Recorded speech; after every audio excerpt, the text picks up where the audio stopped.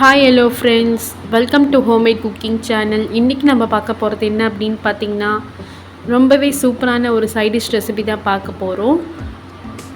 4 முட்டை இருந்ததுன்னா இந்த மாதிரி நீங்கள் ட்ரை பண்ணி பாருங்கள். முட்டை பெப்பர் சுக்கா எப்படி செய்கிறதுன்னு பார்க்கலாம். வீடியோவை கடைசி வரைக்கும் பாருங்கள். மறக்காமல் இந்த ஹோம்மேட் குக்கிங் சேனலுக்கு சப்ஸ்கிரைப் பண்ணிக்கோங்க. இப்போ வாங்க இந்த முட்டை பெப்பர் சுக்கா எப்படி செய்கிறதுன்னு பார்க்கலாம். நான் வந்து பார்த்திங்கன்னா 4 முட்டை எடுத்திருக்கேன்.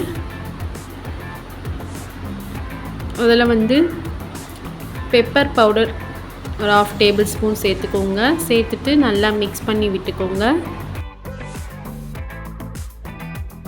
கொஞ்சமாக உப்பு சேர்த்துக்கோங்க. இப்போ நல்லா மிக்ஸ் பண்ணிவிடுங்க.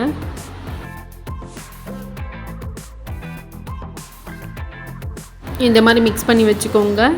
இப்போ ஒரு கிண்ணத்தில் வந்து ஒரு டேபிள் ஸ்பூன் எண்ணெய் விட்டுட்டு அந்த கிண்ணத்தில் ஃபுல்லாக வந்து ஸ்ப்ரெட் பண்ணி விட்டுக்கோங்க. இந்த மாதிரி ஸ்ப்ரெட் பண்ணி விட்டுட்டு அந்த எக்கை வந்து இந்த கிண்ணத்தில் ஊற்றிட்டு தோசைக்கல் ஒன்று வச்சுடுங்க. தோசைக்கல் ஹீட் ஆனதுக்கப்புறமா நாம் முட்டை ஊற்றி வச்சுருக்க அந்த கிண்ணத்தை வந்து தோசைக்கல்லில் வச்சுடுங்க. ஒரு 25 நிமிஷம் நல்லா வந்து வேகணும் முட்டை. இந்த அளவுக்கு நல்லா ஃப்ளஃபியாக வந்ததுக்கப்புறமா ஒரு 5 நிமிஷம் ஆறுனதுக்கப்புறமா இந்த மாதிரி ஒரு தட்டில் வந்து கவுத்துடுங்க. கவுத்துட்டிங்கன்னா நல்லா வந்துடும். இந்த மாதிரி பாக்ஸாக கட் பண்ணிவிட்டு எல்லா பீஸும் இந்த மாதிரி பாக்ஸாக கட் பண்ணிவிட்டு இது பார்த்திங்கன்னா பன்னீர் பீஸ் மாதிரி இருக்குது பாருங்கள். இப்போ வந்து எப்படி செய்யறதுன்னு பார்க்கலாம். இப்போ வந்து ஒரு கடாயில் எண்ணெய் ஊற்றிக்கோங்க. தேவையான அளவுக்கு கடுகு சேர்த்துக்கோங்க. ஒரு டேபிள் ஸ்பூன் கடுகு பொரிச்சதுக்கப்புறமா ஒரே ஒரு வெங்காயம் கட் பண்ணி வச்சுருந்தேன், பெரிய சைஸ் வெங்காயம். அந்த வெங்காயத்தை சேர்த்துக்கோங்க.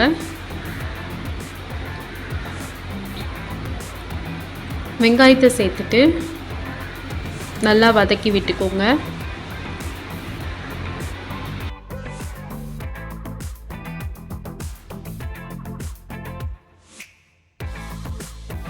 ஜிஞ்சர் கார்லிக் பேஸ்ட் ஒரு 1/2 டேபிள் ஸ்பூன் சேர்த்துட்டு பச்சை வாசனை போகிற வரைக்கும் நல்லா வதக்கி விட்டுக்கோங்க.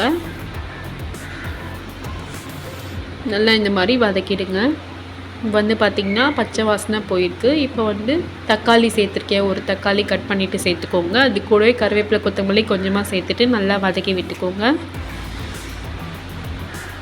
தக்காளி வெங்காயம் நல்லா வதங்கிறதுக்கு ஒரு 1/2 டேபிள் ஸ்பூன் உப்பு சேர்த்துக்கோங்க. நல்லா வதக்கி விட்டுக்கோங்க.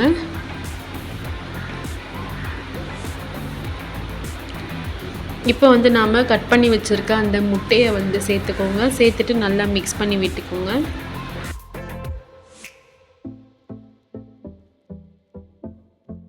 இப்போ வந்து இதில் வந்து மஞ்சள் தூள் ஒரு 1/4 டேபிள் ஸ்பூன் சேர்த்துக்கோங்க. குழம்பு மிளகாய் தூள் ஒரு 1/2 டேபிள் ஸ்பூன் சேர்த்துக்கோங்க. கொஞ்சமாக தண்ணி சேர்த்துக்கோங்க. இப்போ நல்லா வந்து மிக்ஸ் பண்ணி விட்டுக்கோங்க.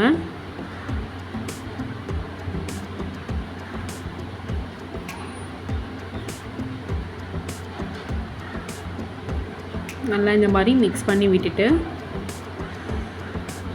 ஒரு 5 நிமிஷம் நல்லா மிக்ஸ் பண்ணி விடுங்க. மிக்ஸ் பண்ணிவிட்டு உப்பு கம்மியாக இருந்தால் உப்பு போட்டுக்கோங்க. உப்பு கம்மியாக இருக்கிறதுனால உப்பு போட்டிருக்கேன்.